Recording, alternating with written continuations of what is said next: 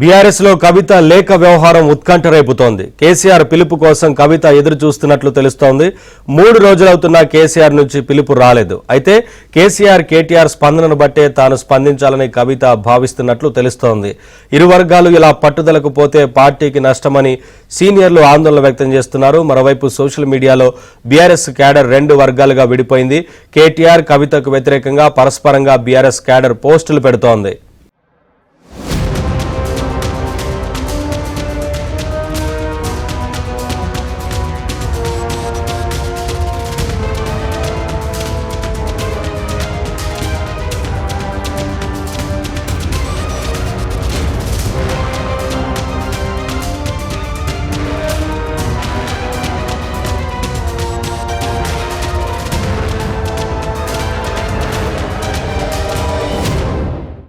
ఇదే అంశానికి సంబంధించి మరింత సమాచారం మా ప్రతినిధి నరేష్ అడిగి తెలుసుకుందాం.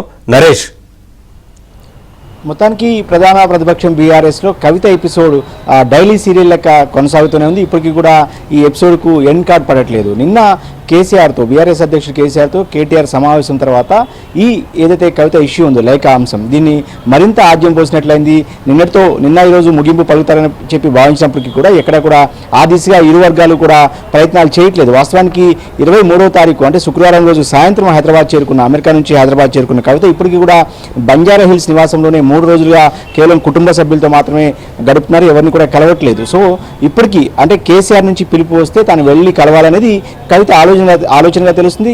అయితే కేసీఆర్ నుంచి 3 రోజులు అవుతున్నప్పుడు కూడా ఇప్పటికీ కూడా ఎలాంటి పిలుపు రాలేదు. మరొక వైపు ఈరోజు కాళేశ్వరం పుష్కరాలు ఏదైతే సరస్వతి పుష్కరాలు ఉన్నాయో ఆ పుష్కరాల్లో పాల్గొనేదానికి ఈరోజు కవిత వెళ్తారని చెప్పి ఆమె కార్యాలయం నిన్ననే సమాచారం ఇచ్చినప్పటికీ కూడా ఈరోజు ఉదయం ఆమె అర్ధాంతరంగా ఆమె కాళేశ్వరం పర్యటన కూడా రద్దు చేస్తున్నారు. ఒకవేళ ఇప్పుడున్న పరిస్థితుల్లో బయటకు వస్తే ఖచ్చితంగా మీడియా ప్రశ్నిస్తుంది కాబట్టి ఏదోటి సమాధానం చెప్పాల్సి ఉంటుంది కాబట్టి కవిత కావాలనే కొంత డైవర్షన్ ఏదైతే బయటకు రావడానికి ఇష్టపడట్లేదు అనేది మనకున్న సమాచారం. ఈ నేపథ్యంలోనే ఇంకొక వైపు అటు ఏదైతే కేసీఆర్ కావచ్చు కేటీఆర్ కావచ్చు అటువైపు నుంచి ఏదైనా రెస్పాన్స్ వస్తే దానిని బట్టి తాను స్పందించాలనేది కవిత ఆలోచన ఉంది. అటువైపు ఏమో కవిత తీసుకునే నెక్స్ట్ స్టెప్ తర్వాత వరకు కూడా ఎవరు కూడా మాట్లాడవద్దనేది కేటీఆర్కు ఆదేశించడం. కేటీఆర్ ఇప్పటికే తనకు సన్నిహితులు కావచ్చు ముఖ్యమైన నాయకులందరికీ కూడా కేటీఆర్ దాదాపుగా సమాచారం ఇచ్చారు.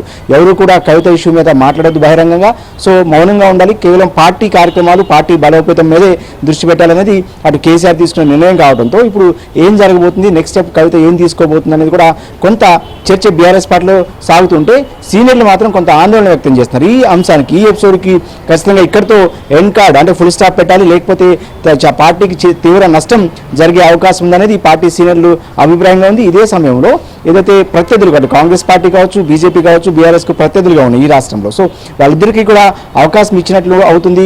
పార్టీ తీవ్రంగా నష్టపోయే అవకాశం ఉంది. ఇప్పటికే గత ఎన్నికల్లో అసెంబ్లీ ఎన్నికల్లో ఓటమి తర్వాత 7 నెలల కాలంగా ప్రతిపక్ష పాత్ర పోషిస్తున్న బీఆర్ఎస్కు కొంత కాంగ్రెస్ పార్టీ మీద ఉన్న వ్యతిరేకత కొంత ఇప్పుడే సానుకూలత వ్యక్తం అవుతుంది. అంటే బీఆర్ఎస్ పట్ల ప్రజల్లోకి వెళ్ళడానికి ఒక అంశం దొరుకుతుంది. సో అవి పక్కదారి పట్టి సొంత పార్టీలోనే ముస్లిం పుడితే ఖచ్చితంగా ప్రత్యర్థులు విరుచుకుపడే అవకాశం ఉంటుంది. కాబట్టి ఈ ఎపిసోడ్ ఇక్కడితో ఫుల్ స్టాప్ పెట్టాలంటే సీనియర్ ఆలోచన ఉంది. ఇదిలా ఉంటే సోషల్ మీడియా వేదికగా గత 2 రోజులుగా కూడా అటు కవిత వర్గం కావచ్చు ఇటు కేటీఆర్ ఒకరి మీద ఒకరు పరస్పరం పోస్టులు కూడా పెట్టుకున్న పరిస్థితి. నిజానికి అటు కాంగ్రెస్ పార్టీ మీద ప్రతిరోజు బీజేపీ మీద పోస్టులు పెట్టాల్సిన ఇటు బీఆర్ఎస్ కార్యకర్తలు 2గా విడిపోయి కవితకు అనుకూలంగా వి స్టాండ్ విత్ కవితక్క, అదేవిధంగా తెలంగాణ విత్ కవితక్క అంటూ ఆమెకు అనుకూలంగా కొందరు పోస్టులు పెడుతుంటే ఆమెకు వ్యతిరేకంగా కూడా కేటీఆర్కి సంబంధించిన ఏదైతే అభిమానులు కావచ్చు కొంతమంది క్యాడర్ కూడా కవితకు వ్యతిరేకంగా కూడా పోస్టులు పెట్టేవాళ్ళు మరికొందరు. సో ఈ అన్ని అంశాల మీద పార్టీలో అయితే కొంత అనిశ్చిత కనిపిస్తుంది. దీని మీద ఖచ్చితంగా అటు పార్టీ అధినాయకత్వమే చొరవ తీసుకుని ఖచ్చితంగా దీనికి ఎక్కడో దగ్గర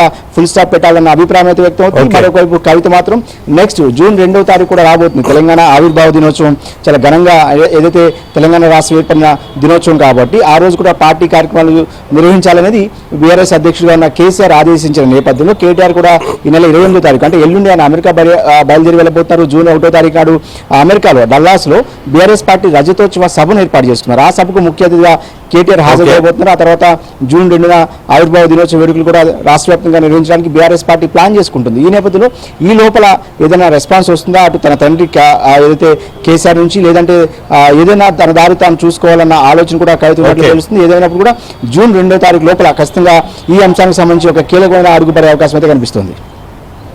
థ్యాంక్ యూ నరేష్.